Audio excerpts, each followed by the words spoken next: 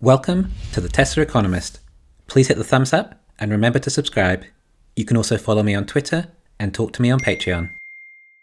Tesla is the company that decentralizes everything. For example, you can drive a car without having to rely on the oil industry or fuel up at gas stations, as you can charge it from home. Of course, no regular servicing for oil changes, and you rarely ever need new brake pads due to regenerative braking. This means we can continue to travel in our vehicles, if they are Tesla, if various events occur like another oil crisis, or if gasoline becomes ridiculously expensive, or if the entire economic system collapses. As long as we have electricity, then we can charge our Teslas. Look at the oil crisis in the 70s. We witnessed the lack of supply of oil can take down economies very quickly, and at that time was mainly controlled by OPEC. This was a big wake-up call for the US, and how dependent their entire economy was from just one small part of the world due to how centralized the oil and gasoline industry is. And in addition to that, because of Tesla, we can now make our own electricity and bank it with solar panels and Powerwalls. Again, if there was some issue that meant we could no longer receive power from the centralized grid, then it means we are still self-sufficient. We can become independent and decentralized. This is something we witnessed earlier this year with the power outages in Texas. I'm a big fan of decentralization, especially decentralizing wealth, particularly the oil oligarchies. You see, the trillions or so they hoard, well, it's at the cost of tens of trillions of dollars to the rest of the world. This is why decentralization is so important. It creates more abundance. There's a lot of money in oil and energy, but if it's dispersed more evenly to the people, then this will decentralize wealth. Yes, I understand the irony that the wealth of Tesla increases as a result so much and surpasses all other companies in valuation, but it is done with products that lower the cost of living for people, i.e., cheaper running costs of vehicles and cheaper power bills. And a lot of that is at the cost of the obscene wealth from the Middle East. And besides, we expect that Tesla will do a lot more good with their money when compared to, say, the Saudi king. The genius doesn't even begin to stop there, as at the same time, despite your transport being decentralized, your car could join a centralized network of vehicles in the robotaxi fleet. Come to think of it, I think every Tesla should have 2 mileage clocks, one for total mileage and one for robotaxis. I would say if this was not the case, then it would dramatically affect Tesla resale price. And used Tesla buyers would probably like to know how many miles the vehicle was used as a robotaxi. The same is true for our solar and battery storage. They are decentralized, but also connect to the central grid and can trade power through AutoBidder.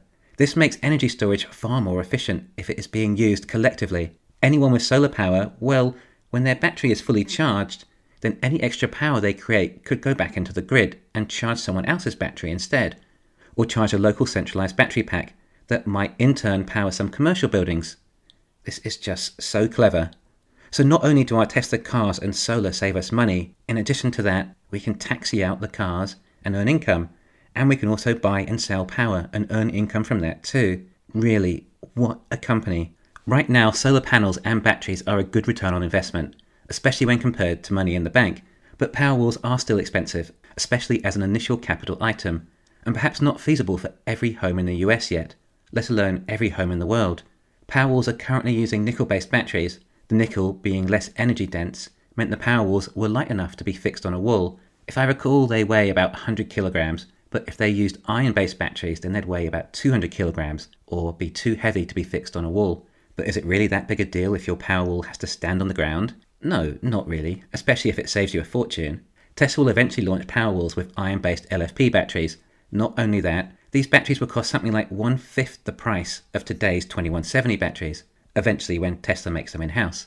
This would be a step change in cost and open up the battery storage market by orders of magnitude.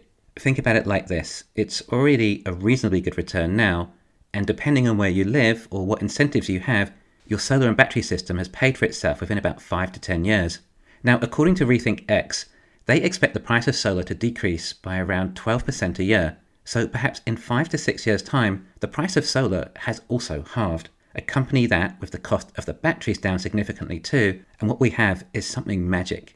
What if these systems, including installation and the inverter, are capable of paying for themselves within 2 to 3 years instead, without any subsidies? So after a few years, the system has paid for itself and left every home who has purchased this energy system with free abundant energy, along with free energy for their electric vehicles. I think we are getting a glimpse into Elon's mind here, as it's the same as what he's doing to his cars. like how he's trying to remove as much of the cost of ownership as possible for a vehicle, not just removing the cost in manufacturing, but the overall cost, including the likes of insurance and no fuel. Well, he's doing the same for a home, especially when power will cost more for electric car owners due to the extra consumption from charging. Then there is more money that can be saved. Power prices will also increase with people using less fossil fuels to heat their homes and resorting to more electrical means such as heat pumps. It's no secret, but consumption for electricity is going to increase, which means the cost of power for people would in turn increase as they're consuming more, and the prices would likely also rise as a result because of supply and demand, except we have this alternative instead, which would again make it an even better return on investment. What are the other costs we have coming out of households regularly? Perhaps Tesla doesn't need to stop with just energy. Now, not to mention houses with all these batteries that might make certain companies uncomfortable about potential fires maybe. Right, insurance companies perhaps. Is it possible Tesla may also get into insuring your house? To further accompany the auto insurance, it doesn't seem like too far a stretch, especially if other insurance companies feel uneasy about insuring houses with batteries inside. Tesla is a company that finds ways of doing things incredibly efficiently to make everyone's lives cost less. Tesla is deflating major industries like energy and transport. This in turn converts to more abundance for everyone as everything costs less. Not even just from an end user perspective, where the consumer no longer pays for electricity or fuel, but throughout the entire supply chain. When we have autonomous trucks that need no fuel, battery-powered ships, everything in turn will reduce the cost of global logistics and distribution. In turn, all products become less expensive. In addition to that, products that were not feasible previously, as the cost of shipping ate up any potential profit, are now open up to a more global level, making it easier for businesses to compete that could not previously. Similar to what the internet has done, and now it is possible to outsource, for example, a software engineer from anywhere in the world to meet your budget. Before, it would have been very difficult for these contractors to ever find work overseas, but this is for services which have zero cost of transport. But with Tesla, it can also be opened up to more goods for sale, as the cost of transporting them has become negligible. This gives more opportunities to impoverished nations that are now able to compete on a global scale, and in turn gives more opportunity on the other side to the importers of these goods, as all of a sudden there are more goods for sale that were not previously. And all this extra shipping and transport is achieved without burning fossil fuels.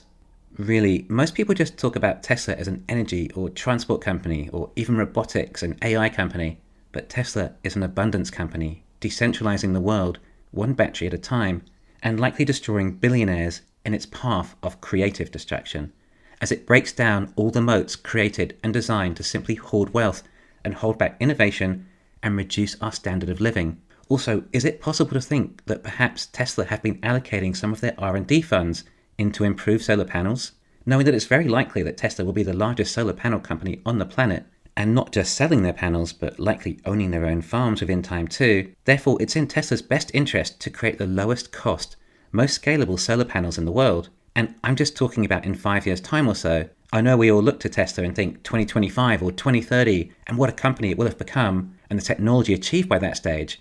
But what about in 2040? What would have the cost of batteries come down to by then? Or the cost of solar? And I'm not even factoring potential low-cost robot labor. Tesla is the only hope for a future of abundance. They are doing everything right. I am here to support this company every way I can. We are really lucky to be alive at such an exciting time and witnessing it all firsthand, and that's just what Elon is doing on this planet. Compared to governments that are playing with scared money and can only try and allocate funds from one place to another in a zero-sum game mentality. Although we often hear politicians talk about magic money, when in fact we all know Jerome Powell's printers do not add any extra value in the economy. They merely allow the government to allocate money where they deem necessary, at the cost to the people, resulting in inflation, which is their hidden tax.